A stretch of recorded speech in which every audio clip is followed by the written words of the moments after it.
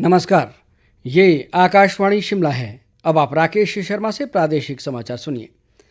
राष्ट्रपति द्रौपदी मुर्मू ने आज नई दिल्ली में संसद के दोनों सदनों की संयुक्त बैठक को संबोधित किया। उन्होंने कहा कि सरकार पेपर लीक की निष्पक्ष जांच और दोषियों के लिए कड़ी सजा सुनिश्चित करने के लिए प्रतिबद्ध है। राष्ट्रपति ने कहा कि दलगत राजनीति से ऊपर उठकर ऐसी घटनाओं को रोकने के लिए देश भर में ठोस कदम उठाना महत्वपूर्ण है। उन्होंने कहा कि सरकार परीक्षा संबंधित निकायों, उनके कामकाज और परीक्षा प्रक्रिया के सभी पहलुओं में बड़े सुधारों की दिशा में काम कर रही है। राष्ट्रपति मुर्मू ने कहा कि संसद ने परीक्षाओं में अनुचित साधनों के खिलाफ भी सख्त कानून बनाया है। उन्होंने कहा कि विभिन्न राज्यों में पेपर लीक के कई मामले पहले भी सामने आए हैं और सरकार का ये निरंतर प्रयास है कि देश के युवाओं को अपनी प्रतिभा का प्रदर्शन करने के लिए सही अवसर प्रदान किए जाएं। राष्ट्रपति ने कहा कि चाहे प्रतियोगी परीक्षाएं हों या सरकारी भर्ती की प्रक्रिया, सब में पूरी पारदर्शिता और ईमानदारी की आवश्यकता है।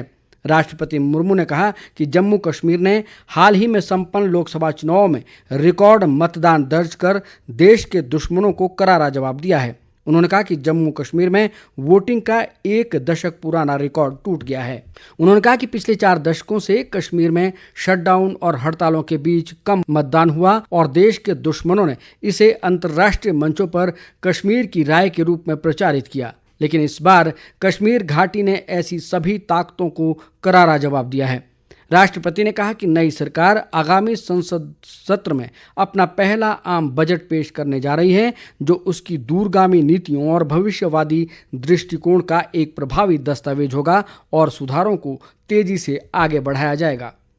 राज्यपाल श्री प्रताप शुक्ल ने कहा है कि विश्वविद्यालयों में कुलपतियों की नियुक्ति संबंधी बिल को राजभवन ने टिप्पणी के लिए सरकार के पास भेजा है और इस पर सरकार को ही फैसला लेना है। शिमला में आज एक पत्रकार वार्ता में राज्यपाल ने इस बिल को लेकर कृषि मंत्री के बयान पर आपत्ति जताते हुए कहा कि राजभवन पर दोषारोपण करना गलत है। श्री प्रताप शुक्ल ने कहा कि ऐसे में कृषि मंत्री का बार बार ये बयान कहना गलत है कि कृषि विश्वविद्यालय पालमपुर के कुलपति की नियुक्ति को लेकर बिल मंजूरी के लिए राजभवन में अटका है।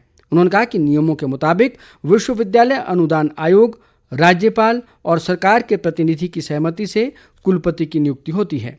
राज्यपाल ने कहा कि राजभवन इस बिल को राष्ट्रपति को भेजने पर विचार करेगा और देश में ऐसा पहली बार होगा। श्री प्रताप शुक्ल ने कहा कि ये मामला उच्च न्यायालय की विचाराधीन है और वे नियमों के विरुद्ध कोई काम नहीं करेंगे। राज्यपाल ने कहा कि राज्य सरकार को कानून व्यवस्था बनाए रखने के लिए ठोस कदम उठाने चाहिए। उन्होंने कहा कि जनजातीय क्षेत्रों में भूमिहीनों को नौतोड़ भूमि देने में राजभवन को कोई आपत्ति नहीं है। इस मामले में सरकार से लाभार्थियों की संख्या पूछी गई है और जवाब मिलने पर राजभवन इसे मंजूरी देगा। राज्य पर्यटन विकास निगम के अध्यक्ष RS बाली ने कहा है कि राज्य सरकार निजी क्षेत्र के सहयोग से सार्वजनिक निजी साझेदारी प्रणाली के तहत पर्यटन क्षेत्र के बुनियादी ढांचे के विकास के लिए ठोस कदम उठा रही है। चंडीगढ़ में निवेशकों को आकर्षित करने के लिए आयोजित एक सम्मेलन को संबोधित करते हुए उन्होंने कहा कि हिमाचल में पर्यटन की अपार संभावनाएं हैं।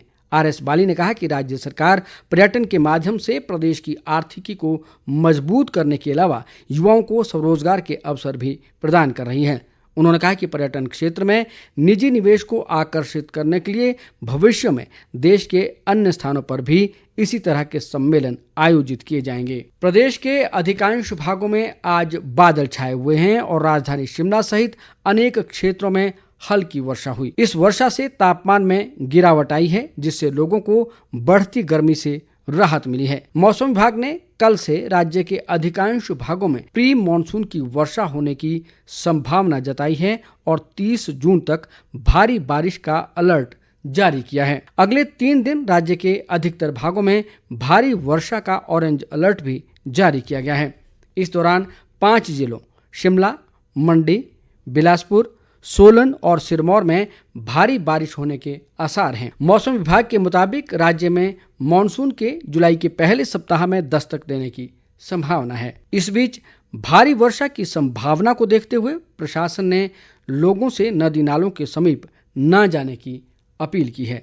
इसके साथ ही ये समाचार बुलेटिन समाप्त हुआ। नमस्कार।